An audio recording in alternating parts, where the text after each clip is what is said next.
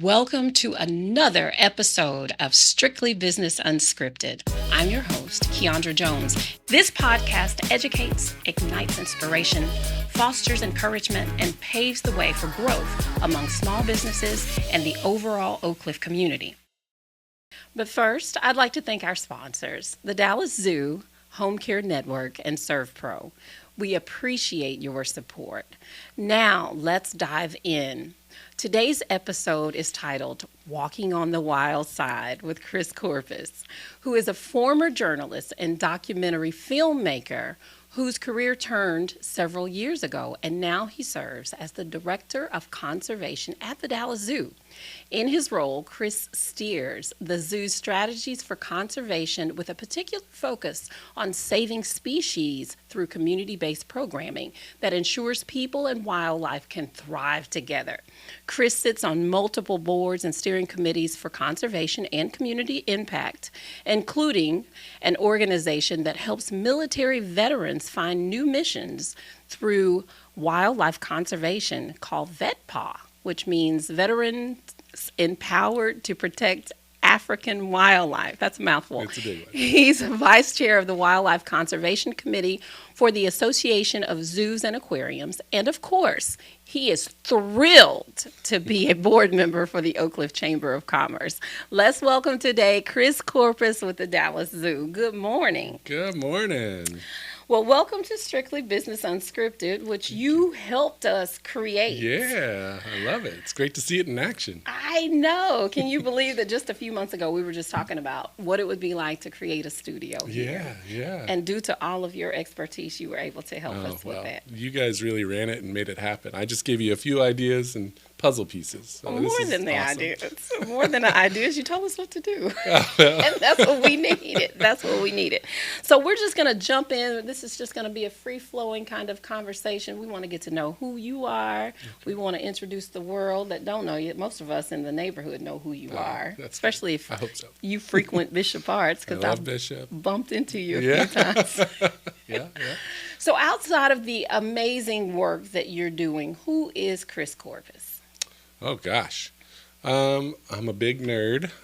I love learning about things. I think the world is a fascinating and beautiful place. I like video games. I like going to the movies. I like hanging out with my friends. I don't know. I like living life and trying to have a happy and healthy one and help everybody else do the same. Okay. So you mentioned you like movies. What kind of movies are you into? I just saw that new Alien movie, which was, I don't know if you've seen it yet or not. Alien Romulus, I think is the full title. But it's, you know those face hugger thingies in the movie? Yes. We've been talking about creepy, weird, crawly things before we started recording. That is absolutely the creepiest and crawliest. And I don't know.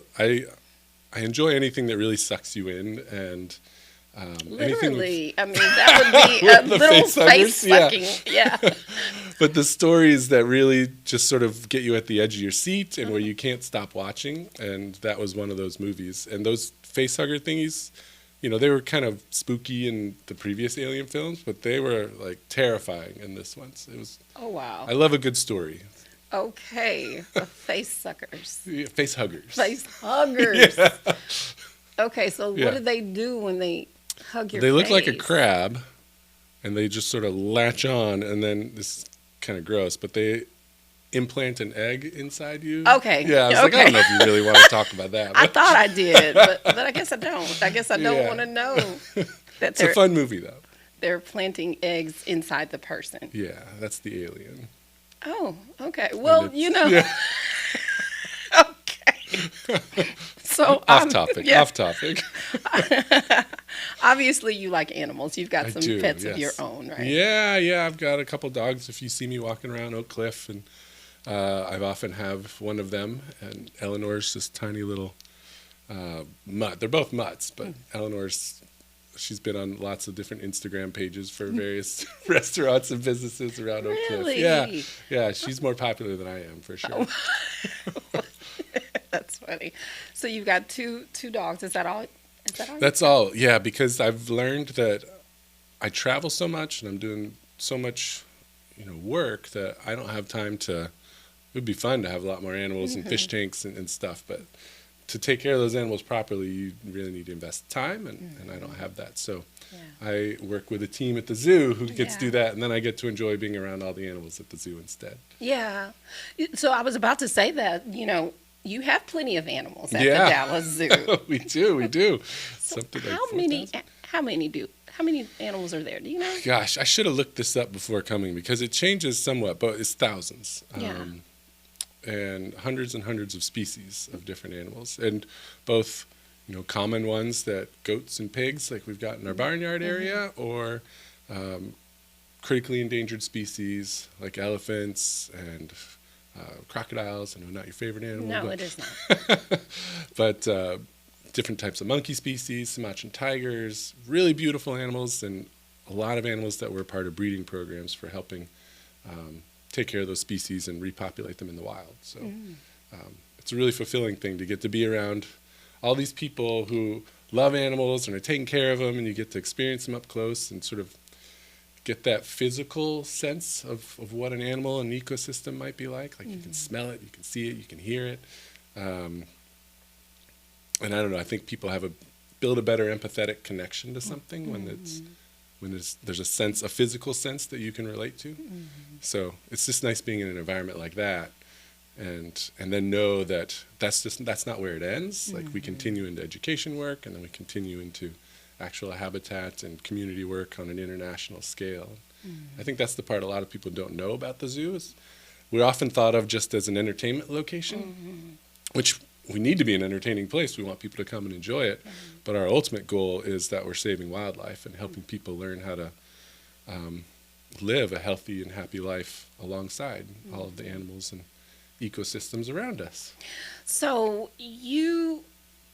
tell us again what your title is at the zoo. Sure.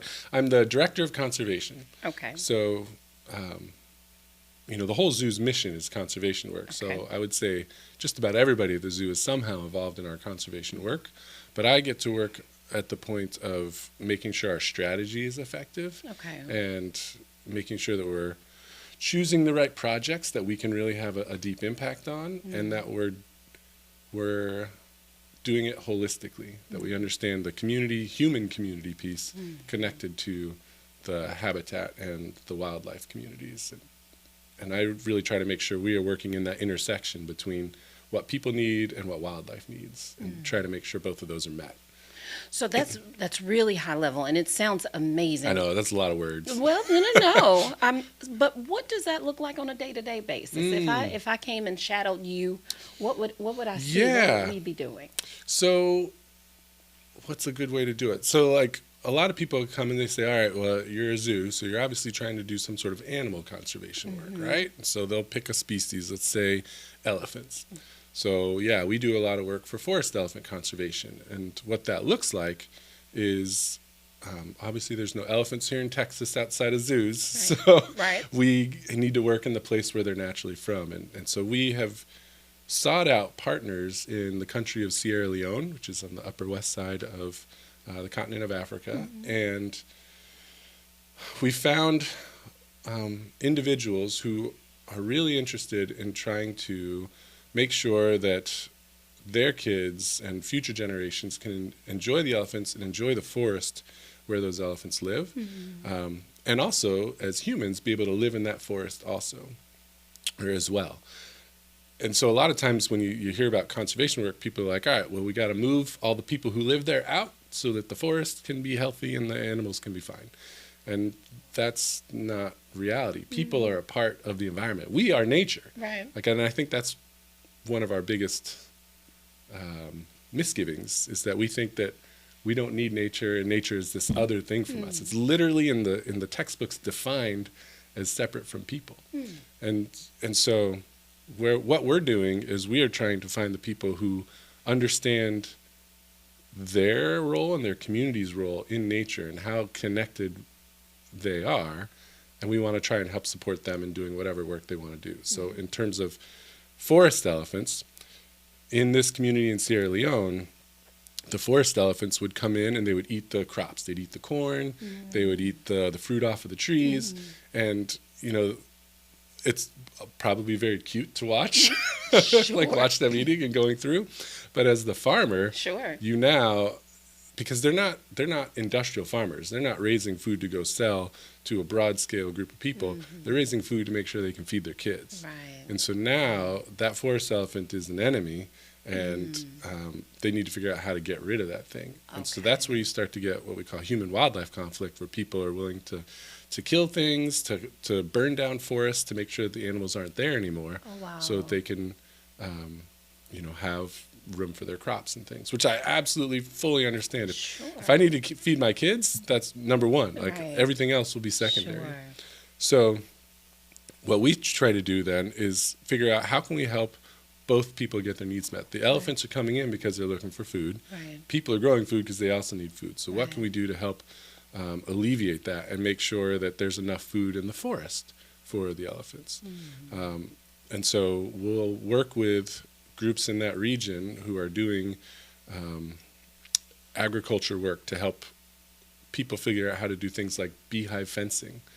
Elephants don't like beehives. They don't like bees because they don't like to get stung, which, neither do I. And so what you can do, or what has been successful in some places, is to take these beehives and put them along the perimeter of your cropland. And the elephants don't want to go through that because they don't want to get stung by the bees. Oh, wow. So you have this, what we call beehive fencing, that protects your food area. And then the elephants will continue to look for food elsewhere. And if we manage the forest properly and don't just cut it down, then there should, in theory, be enough food for the elephants in the forest areas.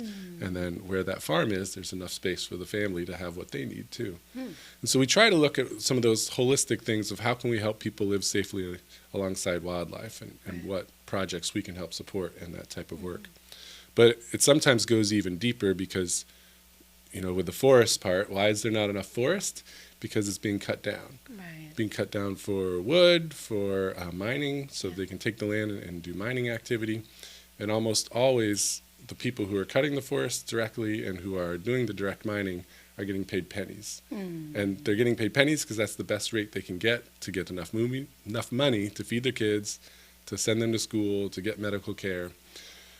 And so then we start to think, okay, how can we help those families not need to get exploited to do this mining and logging activity? How can we help them have that medical care they need, the education access they need, the food access they need, the housing access they need? And we work with organizations from the United Nations on down to small, 3-person community groups who are working in those areas, and we try to help bring resources to those people so that they can be really effective in whatever piece of that puzzle that they're trying to work on. And so then ultimately, if people's needs are met, then we're not going to exploit the forest, we're not going to exploit the land, we're going to learn how to live in harmony with it. And then both people's needs are being met and animals' needs are being met. And that is sort of that harmony that we know it can happen. It's historically been very effective, but we've kind of moved away from that as we've continued to teach ourselves that nature is separate from us. And so we're trying to help reconnect that a bit. Very interesting. Yeah, it's kind of a lot of people would never think of a zoo doing humanitarian work, but that is really the core of us trying to save species, is how can we help people live around those species. Wow, so I have so many questions now, because even though, I serve on the Dallas Zoo Board and I'm in and around the area, that's nothing I've ever given thought to. And so with that being said, I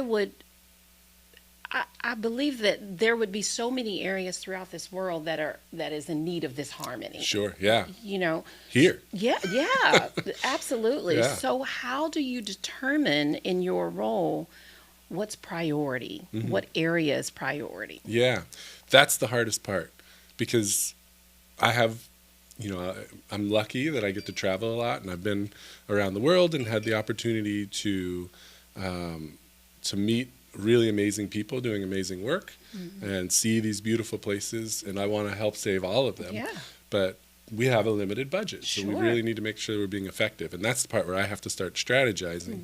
And I will sometimes upset some of our staff who are like really committed to wanting to do something in Kenya and really want the zoo to be a part of that, but we're trying to make sure we don't sort of drop pennies all over the world, Right. that we do deep impact. Right. And so we have to pick specific places and areas and communities to work in. So for us, number one, we have to make sure we're doing it at home first. Like we have zero right to go to Sierra Leone, for example, if we're not doing it in Oak Cliff. That's right. And so that's been a big part of me wanting to, as I've taken on this role in the conservation department and been expanding into the community impact space with it, I want to help all those human needs get met in Oak Cliff, because we have thousands upon thousands of migratory species passing through here, of birds and insects and reptiles and mammals and all sorts of things. We have real wildlife that comes from all over the world naturally through Oak Cliff. But that habitat is changing and oftentimes not being utilized well by people. Like we build giant parking lots that's just a parking lot, that it ends up not being used for something, or we have a lot of areas where construction and building was done and it wasn't done with the inclusion of native plant species. And so then those food resources for critical things like monarch butterflies are no longer there. And so if we can fix some of those issues of people here understanding what is the wildlife in Oak Cliff and what is nature here and how am I connected to nature here, then we hope we can start to protect those animal species that are coming through. But to help people do that first, we've got to make sure people have the food they need, the houses they need, the infrastructure, just the roads, the medical care, all the things that we need and that we talk about all the time in the chamber of how are we going to help our community elevate. Those things need to happen so that people then even just have the mental capacity to think about a butterfly. Because again, if I need to think about making sure I can get my kids to some school safely, I'm going to think about that, and I'm going to put up all these lights, and I'm going to cut down everything that could hide a person or any sort of risk and danger.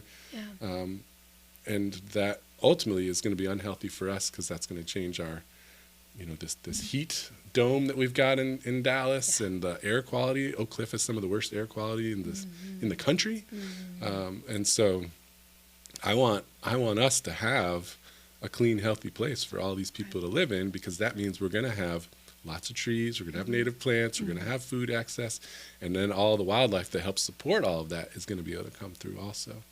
So that's like this holistic vision, this utopian vision I have of what our community could be like, but I really think it's possible. And there's so many great organizations in Oak Cliff and surrounding areas of Dallas that are working on that, and so I'm trying to position the zoo now to be deeply involved in all of that. And I don't want to take over anybody else's program. I don't want it to be the Dallas Zoo's whatever program. I want it to be, For Oak Cliff is doing this project, and Dallas Zoo is supporting For Oak Cliff do this project. OC Veggie Project is helping expand food capacity in our community.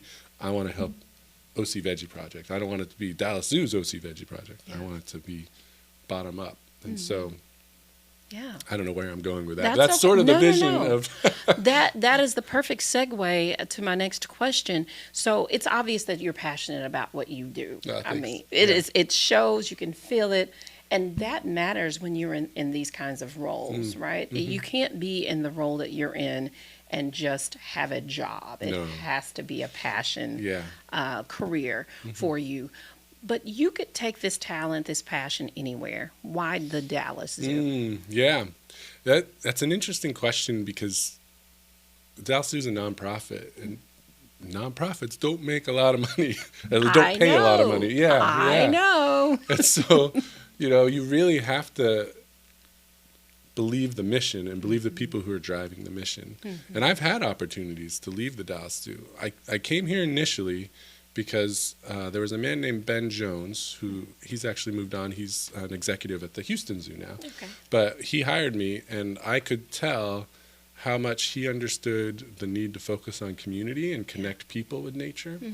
And that was something I wanted to get to be a part of. And so that's what initially drew me to the Dallas Zoo. And then I got to know several of the other leaders at the zoo, like Harrison Adele and now our new CEO, Lisa New, and they all have the same sort of drive that it is possible to save the world, you know, and that they both have clear visions on how we can do that and what our zoo needs to do to be a part of that. Yeah. And so that gets me excited. And our mission is really simple. It's such a simple statement. It's engaging people and saving wildlife. It's a mathematical equation to me that if we are connecting with people and helping people, both in terms of education and all the other things we've been talking about today, then we're going to be able to save wildlife. And so I believe that. And I could go a lot of different places and probably make a lot more money. But I want to be a part of doing something where my nephews are going to be able to grow up in a world that has all the things that I want to see it have. And I think working for an organization like the Dallas Zoo or the Chamber is the type of work that allows people to have that. And so I don't know, it's what keeps me here and keeps me excited.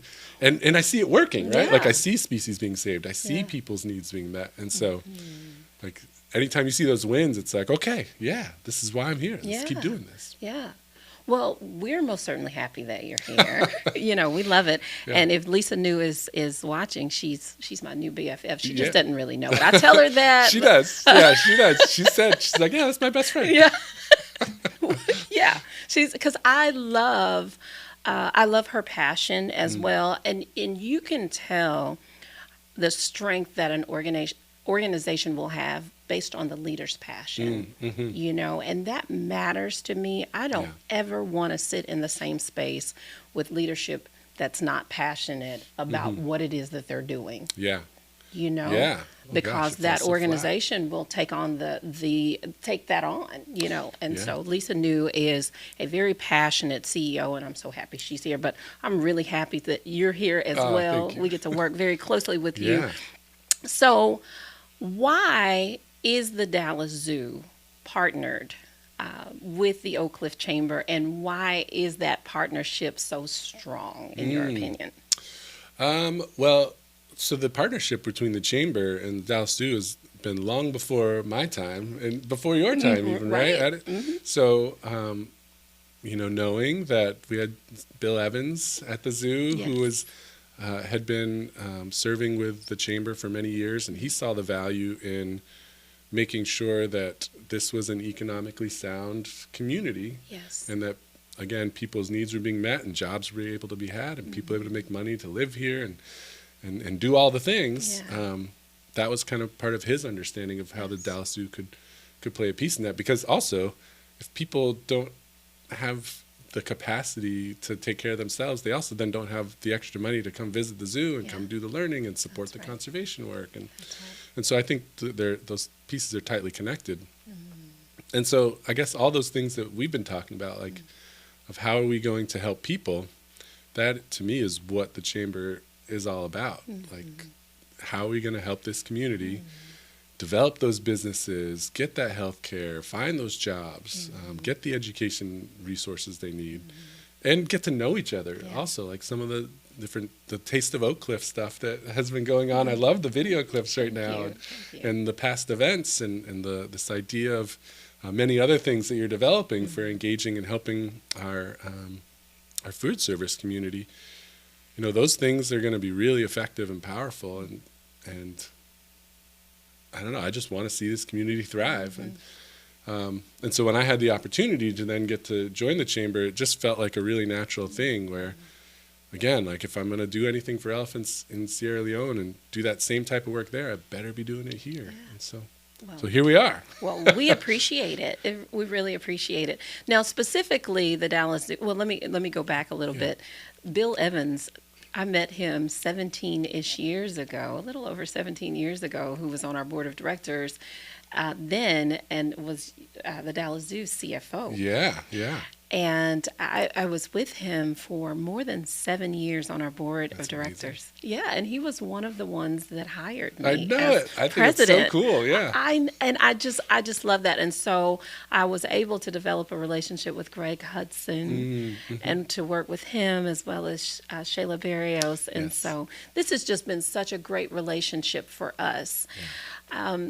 Now, recently, you guys came in as a premier sponsor for the Leadership Oak Cliff program. Yeah. That that was just such a heartfelt partnership for me because you guys believed in our vision, and we didn't even know completely what that was. Sometimes you have a seed. That's right. Yeah. We didn't know. I had no idea. Yeah. But you went first, and you said, you know what? We believe in this organization. We're going to partner and put our money where our mouth is. Yeah. Why? Well, I mean, you talk about passion, right? You were passionate. You had a very clear idea of, there's leadership programs all over the country, probably the world. I don't know for sure, but definitely all over the country. There are leadership, Long Beach leadership, Dallas leadership, New York programs. And you shared how effective those programs are in supporting not just the economic piece of the community, but those community connections. And that, again, is just sort of the core of our philosophy. And so I had the opportunity to audit the class too, since we had an extra space, and going through it, it was so clear to me how you guys had found all these really wonderful individuals across Oak Cliff and really amazing organizations that I'd never heard of, and that most of the people who were in the class, who were sometimes lifelong Oak Cliff residents, had never heard of either, and so getting to see the insight from all these individuals and understand a lot of the history of both the human history here and the business history and even just the infrastructure history on how Oak Cliff developed was really fascinating to get to know, and also kind of inspired a lot of ideas amongst our group. And I think, next week I'm meeting with a couple of people for lunch on some ideas that sort of spawned in this program, and I see so much value in that for our community. And I think I'm so excited that there's another cohort about to start right now, and my hope is I want to see our entire leadership team at the Dallas Zoo go through it someday, because just like you talk about how we see each other out and about town and in Elmwood and Oak Cliff or in Bishop Arts and other areas, but I wouldn't know all of those people necessarily without some of these types of connections. And from those people I've met, I have other connections. And Chris Harris was able to connect with us, and we were able to support a project he was doing and brought some of his folks to the zoo. And I just see so many opportunities for us to be a better neighbor and to be able to give back, and also to receive from others who want to give and support our work at the same time. And it's just a valuable program. I think everybody should do it. And just fun. It was just really fun to get to go into the airport in a way that I've never been inside of an airport, and to get to go into the Texas Theater and to go into the DART areas and learn more deeply about what DART's trying to do. And I came out with such a deeper knowledge of Oak Cliff. So I am a huge advocate. I will sell it every day. Thank you. Yeah. Thank you for going first. Well, you had a good idea. Good ideas deserve to move. So. Well, and we appreciate that. And so with that, Chris, I just want to say thank you for everything. Your work, your community work, your worldwide work, your passion. There is no way that anybody can purchase passion. You either have it or you don't, right? You can't manufacture it. It's just there. And you can feel the passion you have, not only for animals, but for partners. Yeah, right? Good. So just thank you so much for being here. Thank you for your work. Thank you for your continued success, because the more successful you are, the more successful we are. What is it? Rising tide, all boats. That was a poor way to end this.